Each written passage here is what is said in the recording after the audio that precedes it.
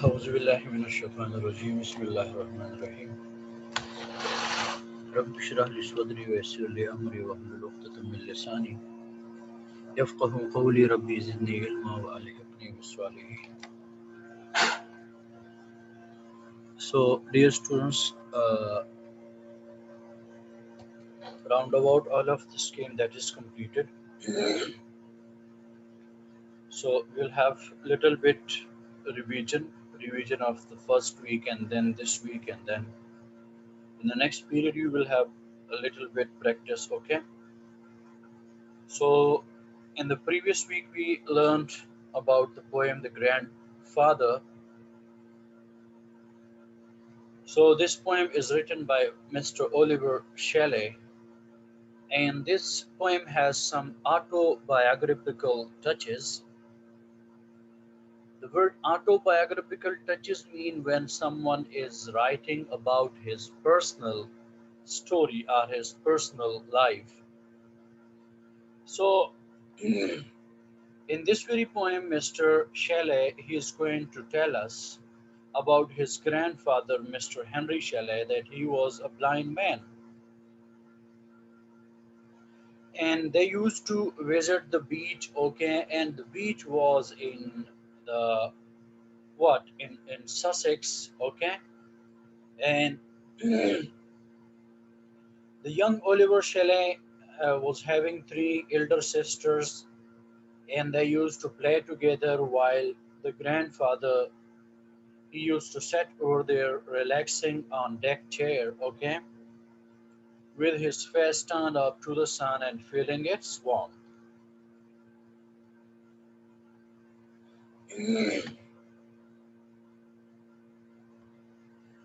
So the words to know are deck chair. Deck chair means a collapsible chair, adjustable chair, and a chair that has wooden framework. A seat usually made from a piece of strong fabric suspended between the top and bottom of the central frame.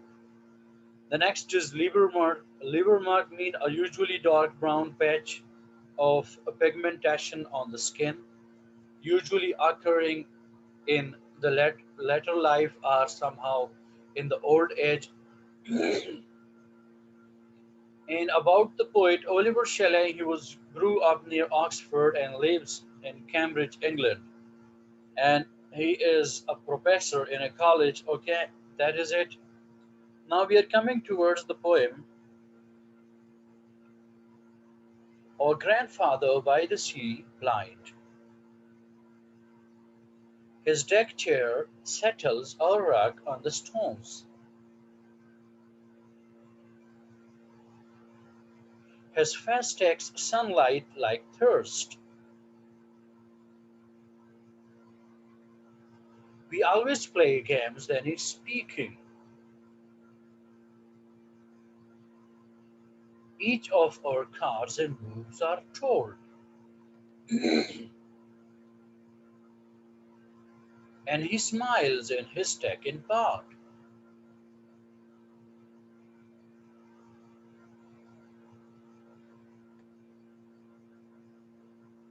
We are saying our childhood to this old man, and his beautiful face, liver marked and shy,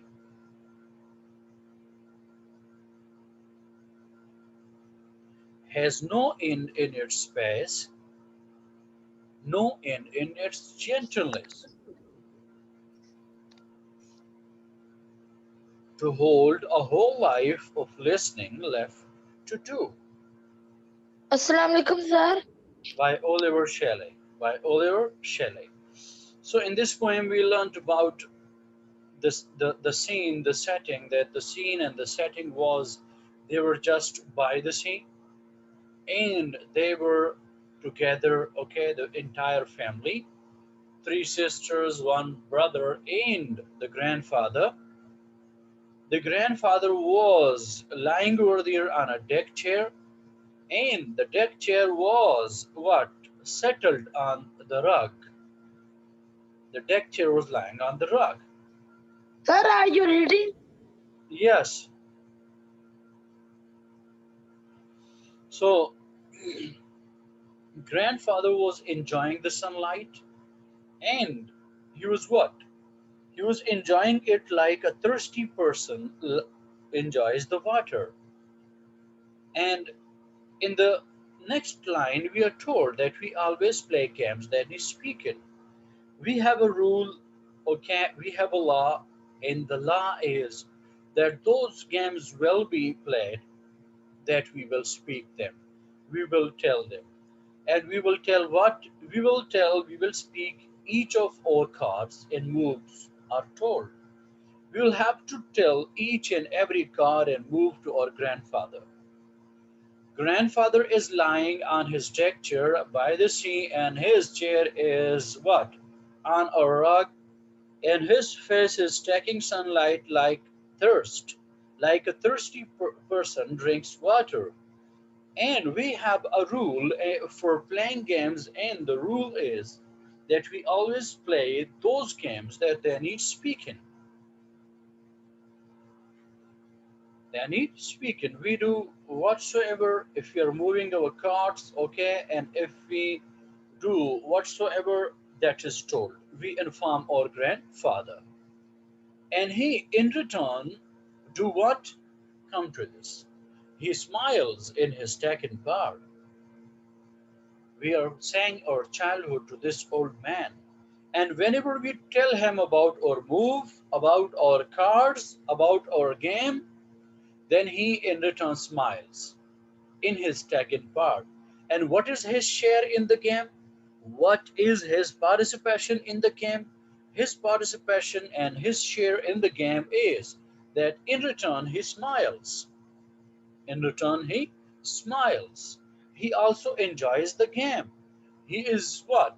He is also excited to listen to us, to what? To get the information of the moves and cards. We are saying our childhood to this old man, and whatever we do, each and every of our activity is told to this great man. Okay, our activities, our games, our cards, our moves, our stories, our naughtiness, everything we tell it to what? To our grandfather. And his beautiful face, liver marked and shy. This great person has a beautiful face, and upon that beautiful face there are time tested, and there are somehow marks and symbols of wisdom, of intellect, of wit. So he is a witty person, he is an intelligent person. His experience is time tested. He is well experienced person, and his face is shy. He's not that outspoken. He's not that somehow what to say. He's not involved in any vulgarity.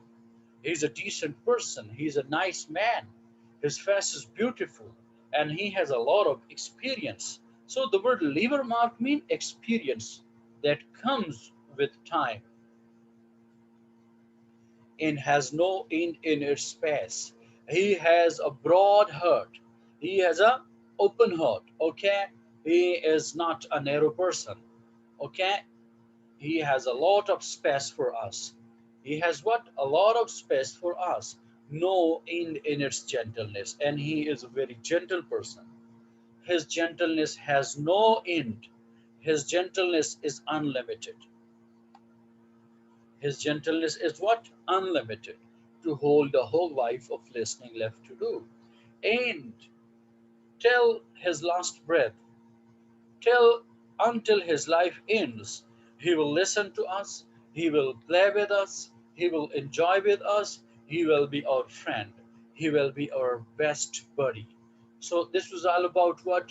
The grandfather, the great person, the great love, okay, that we have with him, and he has with us the most, what to say, the best friend, okay, that is our grandfather. He loves us.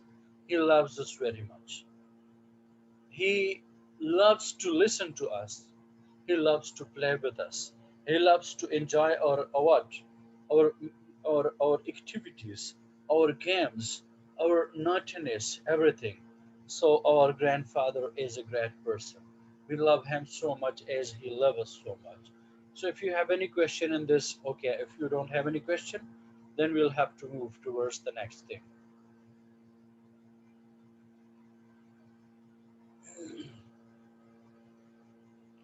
Okay, now we are coming towards the exercise. What important fact about grandfather do we learn from the first three lines of the poem? So the answer is the important fact that we learn from the poem. Okay, uh, they are what? Sorry, the answer is over there. The important fact about grandfather we learn from the first three lines of the poem that he is blind, resting on the deck chair, and his face is taking sunlight like thirst. So this is the answer, or this was the answer. Now coming towards the question number two. Why do the grandfather and grandchildren always play games that need speaking?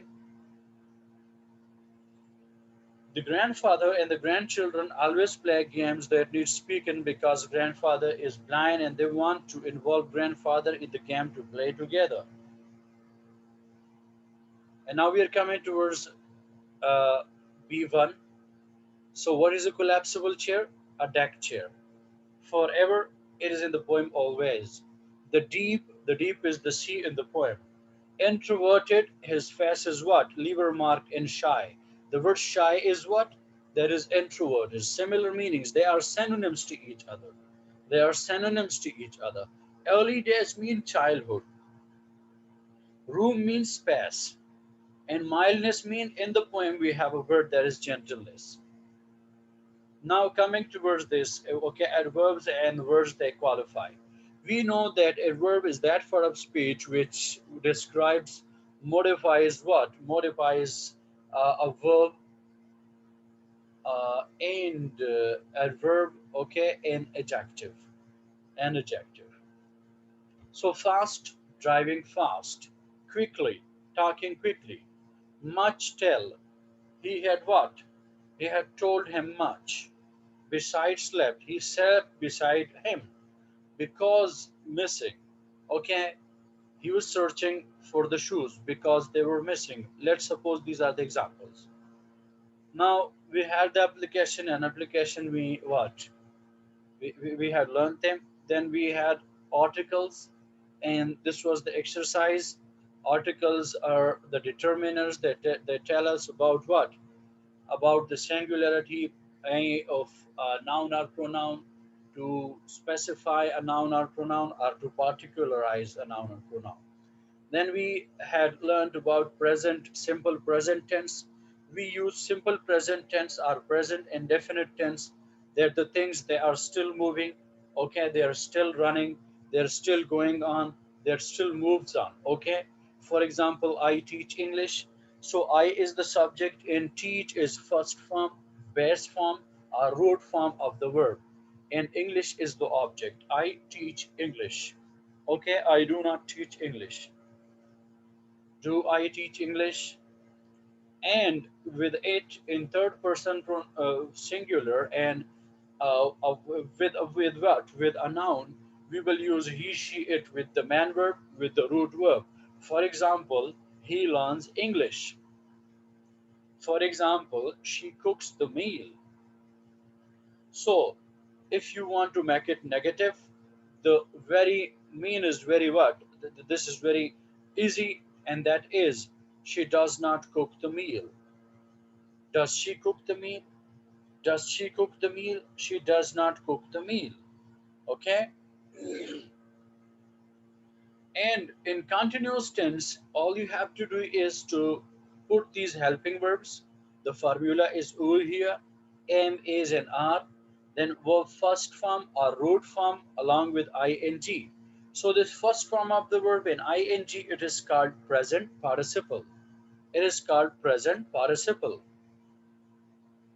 And then the object. For example, we are learning English. I am learning English. You are learning English. She is learning English. She's not learning English. He's not learning English. I'm not teaching English. Am I teaching English? Okay. Am I teaching English? So these are the things. So we had the exercise, and the exercise, they were the first five sentences. We run fast. You buy new books. So if you want to change this run fast, then with we will use are, and run will become, we will add ing to it. We are running fast. You buy. So you is, as I have told you, it is always plural. You are. And then buy, you will add ing to it. It will become buying, present participle. You're buying what? New books. And then the hen lays eggs.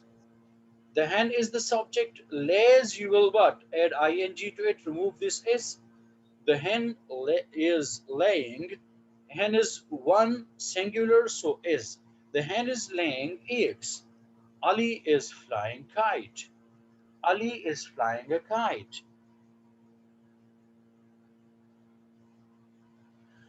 And the dogs bark at night time. The dogs are barking at night time.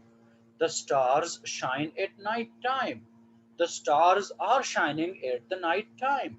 So that is the thing, that you will add what? You will add ing to the first form, and it will become buying. You will add ing to the fly, it will become flying. And lay, lying, laying, okay, sorry. And run, running. Eat, eating. Go, going. Sleep, sleeping.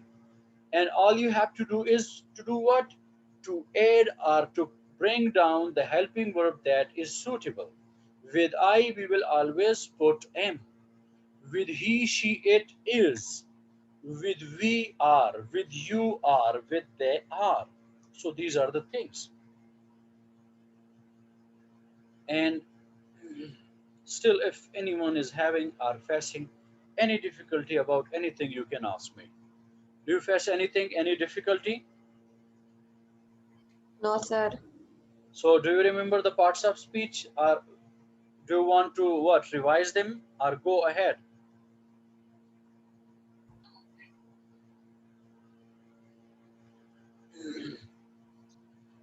If anyone is facing any difficulty in the parts of speech, I'm over here to revise.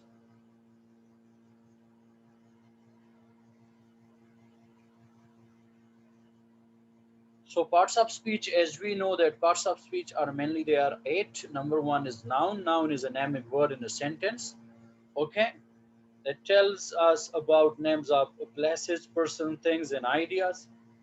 The next one is a pronoun. Pronoun is a word that takes place of a noun. These are the things. Nouns are the words of names, places, person, things, and ideas.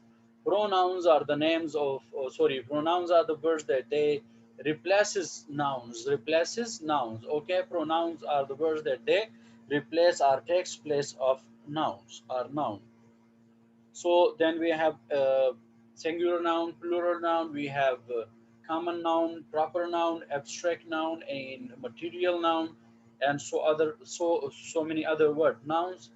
The next is adjective. Adjective is going to qualify or describe a noun or pronoun. So they are describing words, they are describers, they are modifiers, they modify and describe what? Nouns are pronoun. For example, a beautiful dog. For example, a red pen. For example, a good boy. All these things. And verbs, they are hearts of the English sentences. And verbs are to show action. Okay, move, action that is going on, are the activities that are they are performed and our state of being, our state of existence. For example, I am a teacher. This am is what? A verb that is showing state of being. Okay, she cooks. She cooks. So the word cooks is what? That is a verb. An adverb is going to describe a verb. Adverb is going to describe a verb. For example, I teach slowly. You write neatly. Okay, she sings sweetly. In all these things. Then adjectives are also qualified, are described by the adverbs, for example, he runs very fast. This very is what? This very is adverb, and fast is what? A quality, and that is adjective. And very good. Good is adjective and very is adverb. So similarly, they do what? They explain or they describe another adverbs. You can see that fast is adverb and very fast is once again adverb. Prepositions are the words they connect to what? To sentences, although they show the relationship of two words with noun or pronoun. Okay? Our prepositions are the words that tell us, they denote the position of anything or the location of anything. Okay, the book is on the table. The pen is under the table. Okay, he is behind me. And and they are what? They are going ahead of me. This ahead, behind, on and off and under, they are prepositions. Conjunctions are the word, the joining words in a sentence that they connect. They join to phrases, words, clauses, or sentences.